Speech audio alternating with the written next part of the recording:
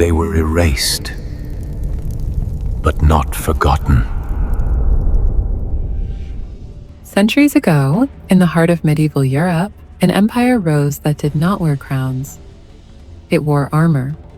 They called themselves the Knights Templar, warriors of God, protectors of the Holy Land, and guardians of secrets that could change the world. But power, even divine power, comes with a price. For 200 years, the Templars became richer than kings and more feared than empires. They built cathedrals, guarded relics, and whispered of knowledge brought back from lands far older than Jerusalem itself. Until one day, the world turned against them. On a Friday, the 13th of October, 1307, every Templar in France was hunted, captured, and burned. Their leader, Grand Master Jacques de Molay, was chained before Notre Dame, accused of heresy, and set on fire. But as the flames rose, witnesses said he spoke a curse, a prophecy that the Pope and the King would soon follow him to the grave. And within the year they did. But that's not the strange part, because even as their ashes fell into the river Seine, their ships, the Templar fleet, vanished. Hundreds of vessels disappeared into the mist, never to be seen again, or so history says. What if the Templars never vanished? What if they simply changed their symbols? Their name and their empire lived on. In silence and in power, some say they crossed the seas to Scotland. Others claim they hid in secret orders that centuries later would shape revolutions, nations, and the very idea of freedom itself. This is their story, the story of an order that refused to die, the story of the secret empire of the Templars. The rise of the order, the year was 1119. Europe was still trembling from the echoes of the First Crusade, a holy war that promised salvation but left behind blood and silence. Jerusalem had been taken, yet the roads that led to it were drenched in danger. Bandits, raiders, and shadows that waited for gold or souls. It made no difference which they took. Among those ruins, a small brotherhood took an oath. 9 knights, poor, unknown, and nameless, swore to protect pilgrims traveling to the holy city. They called themselves the poor fellow soldiers of Christ and of the Temple of Solomon, but history would remember them by a simpler name, the Knights Templar. They had no riches, no armies, no banners, only an idea that faith itself could be a fortress. They took their first home near the ruins of Solomon's temple, and there in the dust of ancient stones they found more than just shelter. Rumors began, whispers that beneath those ruins lay tunnels, chambers, relics that the world had forgotten. What they discovered there has never been written, only guessed. But after those years in Jerusalem, something changed. The Templars returned to Europe, and within a generation, their order became one of the most powerful forces on earth. They built fortresses from England to Egypt. They commanded fleets, armies, and an empire of faith that even kings envied. But their power did not come only from swords. It came from something far more subtle, knowledge. They had learned from the East geometry, astronomy, the science of numbers, the art of building cathedrals that seemed to defy gravity.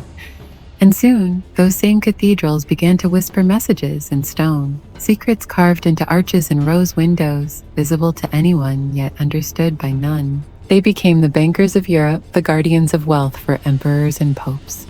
A pilgrim could deposit gold in Paris and withdraw it in Jerusalem through codes and ledgers only the Templars could read.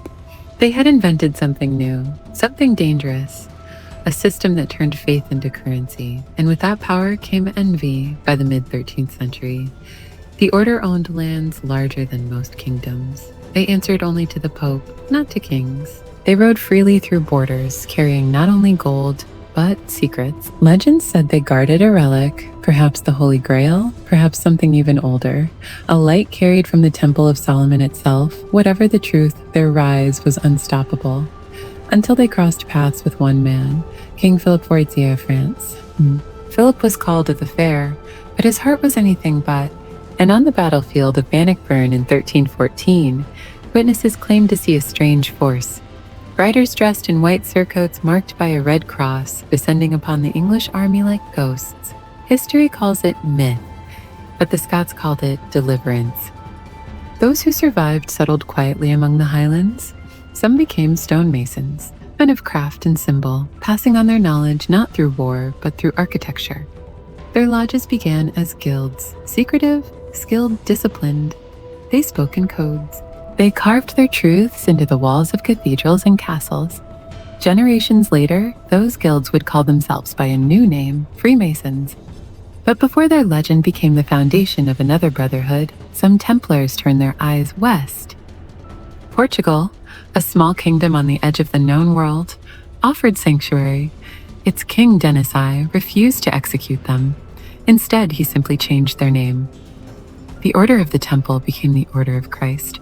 Their cross remained, their ships continued to sail, and under this new name, their legacy would help launch an age of discovery. For when Prince Henry the Navigator sent his fleets to explore the unknown seas, the red cross on their sails was not a royal symbol. It was the Templar cross carried into a new world. Coincidence or continuity, history never says, but the maps those sailors used, the compass designs, the geometric stars that guided them, all trace back to the same source. The hidden science the Templars learned long ago in the East. They had once guarded the roads to Jerusalem. Now they opened the paths to the oceans, and through every port, every voyage, every cathedral, the same symbols appeared: the cross, the circle, the compass, the all-seeing eye. A silent language written by a brotherhood that no longer existed, yet was everywhere. Centuries passed, empires rose and fell, but the thread of the Templars, the invisible order, wound quietly through time. By the 17th century, whispers of their teachings resurfaced across Europe. In France, lodges began to form again, societies that spoke of balance, of hidden light, of a brotherhood older than kings. They studied the geometry of the ancients, the wisdom of Egypt, the architecture of Solomon. They wore aprons instead of armor, used compasses instead of swords, but their purpose was unchanged: to build a world according to divine order. They did not call themselves Templars. They called themselves Masons. Yet their lodges carried the same marks, the same vows, the same dream: to guard the knowledge of the temple. And as Europe tore itself apart with wars and revolutions, the Masons carried the old Templar ideal into a new age: liberty, enlightenment. But beneath those noble words still burned a hidden light, the dream of an empire built not on bloodlines, but on symbols. Across the sea, a new world was being born. A nation carved from rebellion, led by men who spoke of freedom but built their capital like a temple. The plan of their new city followed ancient geometry, its monuments aligned with stars. And on their most sacred emblem, the Great Seal, an unfinished pyramid rose beneath a single, watching eye. Coincidence? Or the final echo of an order that refused to die? The thread that began in Jerusalem passed through Scotland, hid in Portugal, and spread through the lodges of Europe, found its end in America. A new temple, a new world, the same design.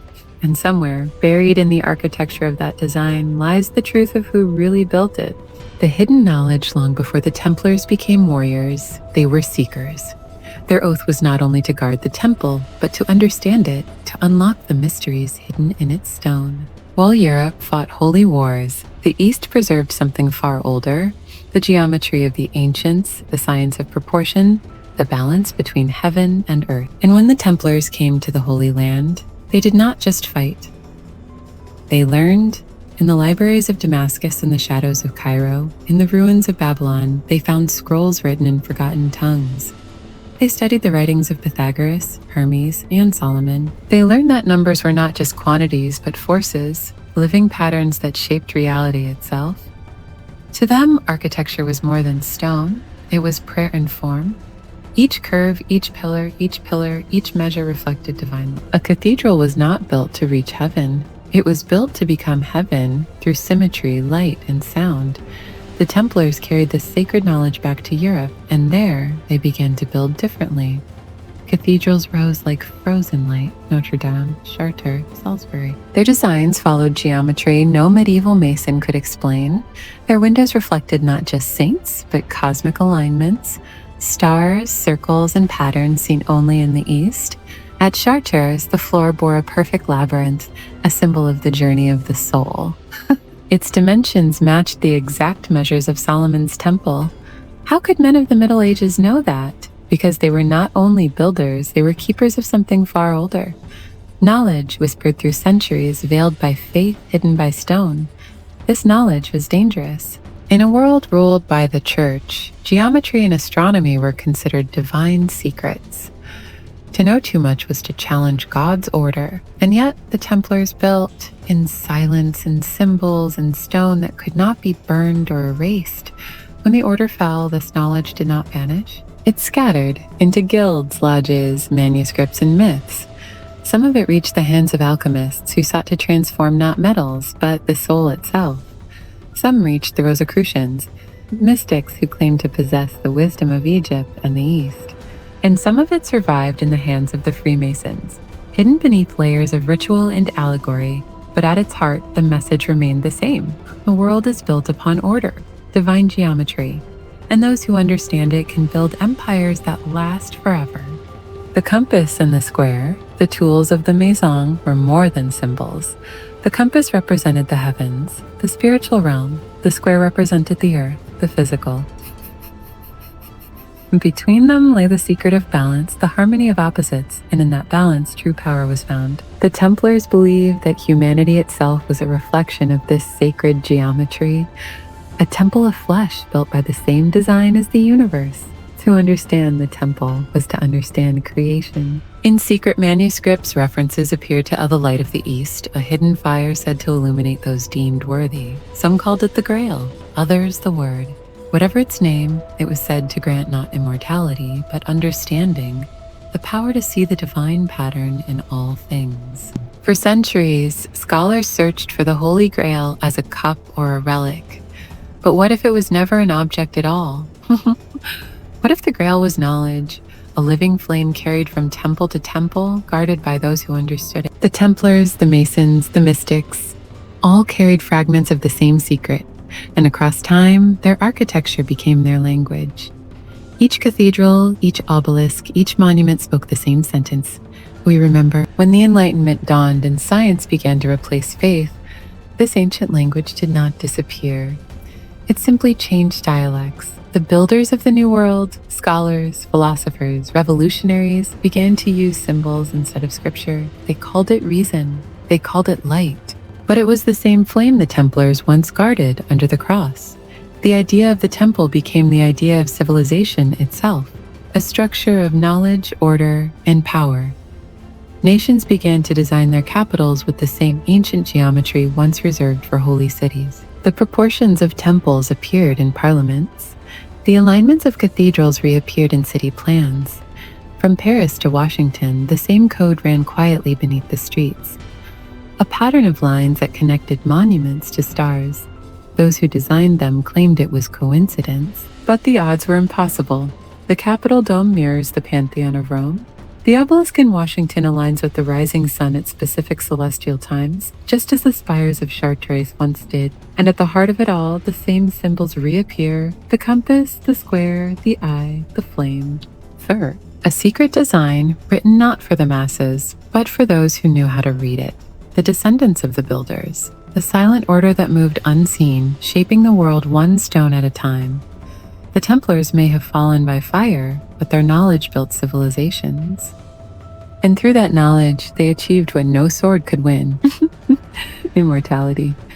To this day, we walk through cities that carry their fingerprints. We live under symbols they carved. We repeat phrases they once swore in silence, and yet we call it coincidence. But there are no coincidences in geometry, only design. And somewhere within that design lies a message. A promise left behind by those who saw further than kings or popes. They believed that truth could not be destroyed. It could only be hidden. And for those who still seek it, the map has never vanished.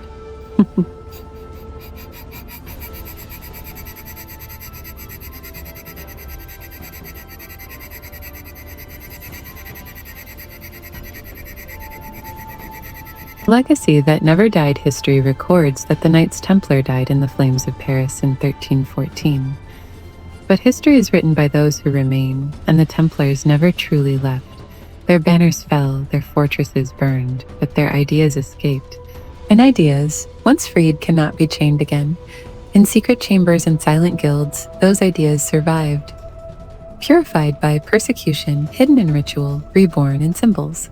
The sword was replaced by the pen, the compass, the seal, And through those tools, the world the Templars dreamed of, a world ruled not by blood, but by knowledge, began to take shape. Fleur the architects of a new order by the 17th century, Europe was tearing itself apart. Kings fought kings, faith fought faith, and reason fought madness. But beneath the chaos, a quiet network grew. Men who called each other brothers, who met under stars, who swore oaths of silence, who built cathedrals not for gods, but for humanity itself. They called themselves Freemasons.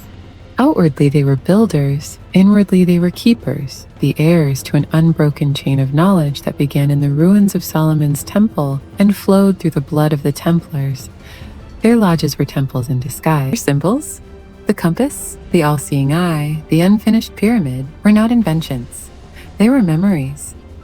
Echoes of a forgotten empire that once vowed to unite heaven and earth through structure and will. And as the world entered the age of reason, the Freemasons stepped from the shadows. They did not fight kings, they built the world that would replace them. Fleur the revolution of symbols in the late 1700s, revolution spread like fire. But look closer at the hands that held the torch. Voltaire, Franklin, Washington, Lafayette, Jefferson. Men who spoke of liberty and equality, and all initiated into lodges that traced their roots back to the same secret order. Their revolutions were not random. Their words were not their own. They spoke the language of geometry, the code of builders, the oath of those who had seen the temple fall and vowed to raise it again. The American Revolution was not just a rebellion. It was a reconstruction, a refounding of the world on the old Templar principles, knowledge, order, and balance. Look at the symbols they chose. The Great Seal of the United States, an unfinished pyramid crowned by an eye, the Latin words, Annuit coeptes, he has favored our undertakings, and Novus Ordo Seclorum, a new order of the ages. Coincidence?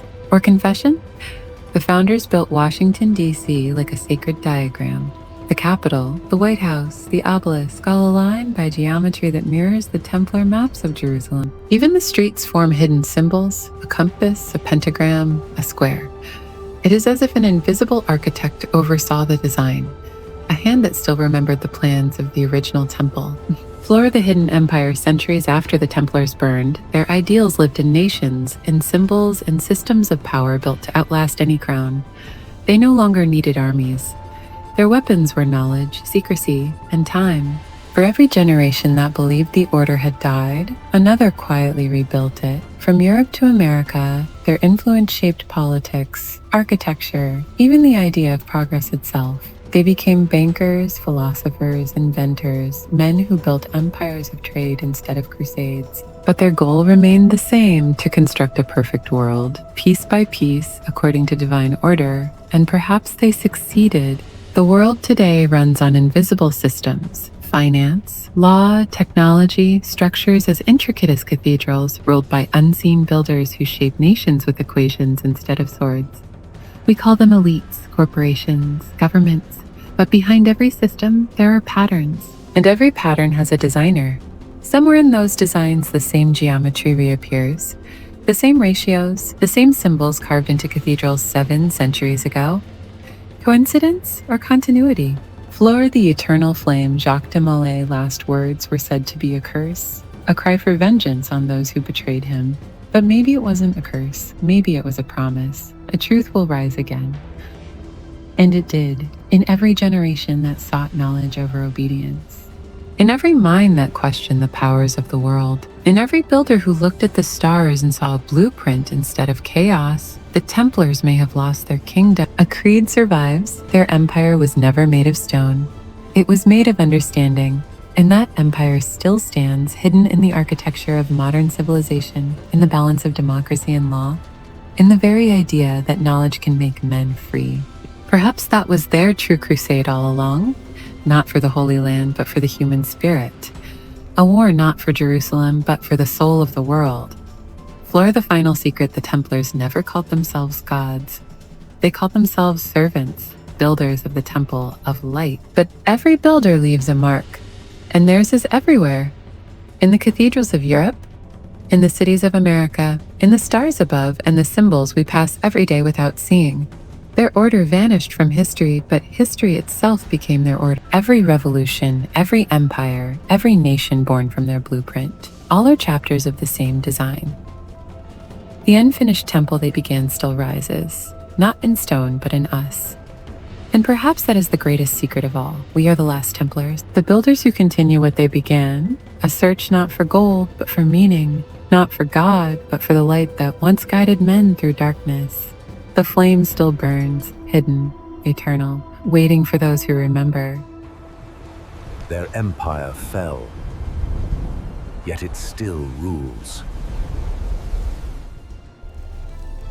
When the fire faded, the legend began.